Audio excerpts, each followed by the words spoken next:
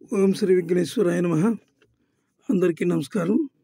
Jamie Prem's YouTube ఛానల్కి స్వాగతం.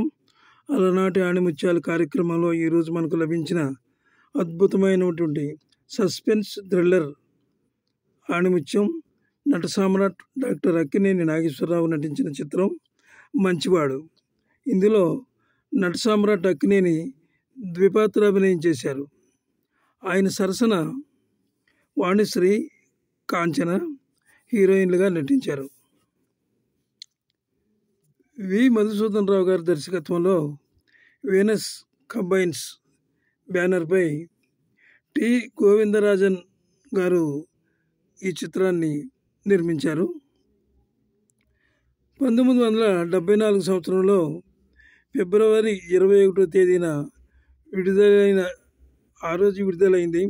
విడుదలైన ఈ చిత్రం తెలుగునాట అంతా వీరవిహారం చేసిందనమాట. కన్నడంలో రూపొందించబడిన బెలగీతు చిత్రానికి మంచివాడు చిత్రం ఆధారం. అంటే దాని ప్రకారంగా ఈ సినిమా తీశారు. ఈ వీడియో పూర్తిగా చూడండి. అనేక ఆసక్తికర విషయాలన్నీ చివరిలోనే ఉన్నాయి. నచ్చితే ఒక లైక్ ఇచ్చి సబ్స్క్రైబ్ చేసి సపోర్ట్ ఇవ్వండి. ఈ చిత్రంలో నట సామ్రాట్ అక్కినేని నాగేశ్వరరావు ద్విపాత్రాభినయం చేశారు. 2 విభిన్నమైన పాత్రలను ఆయన జాగ్రత్తగా హ్యాండిల్ చేశారు. అద్భుతమైనటువంటి దర్శకత్వంలో మధుసూదన్ రావు గారు ఈ సినిమాని చాలా జాగ్రత్తగా ప్రతి సీను కూడా అత్యద్భుతంగా వచ్చేలా తీర్చిదిద్దారు. వాళ్ళ డైరెక్షను, వాళ్ళ యాక్టింగు ఎలాగా చేయాలని అన్నీ చూసుకున్నారు. అలాగే టి గోవిందరాజన్ గారు ఈ సినిమాకు నిర్మాత. ఆయన ఇంతకుముందు చాలా సినిమాలు తీశారు. ఈ సినిమా చాలా శ్రద్ధ పెట్టి చాలా బాగా తీశారు. ఇందులో హీరోయిన్లుగా వాణిశ్రీ, కాంచనలు కూడా యథాశక్తి అద్భుతంగా నటించి ఆయనకు సహకరించారు. సినిమా విజయం పొందడంలో వారు కూడా పాలు పంచుకున్నారు. ఈ సినిమాలో ప్రతి సీను ఒక అద్భుతమే, ఒక ఆణిముత్యమే.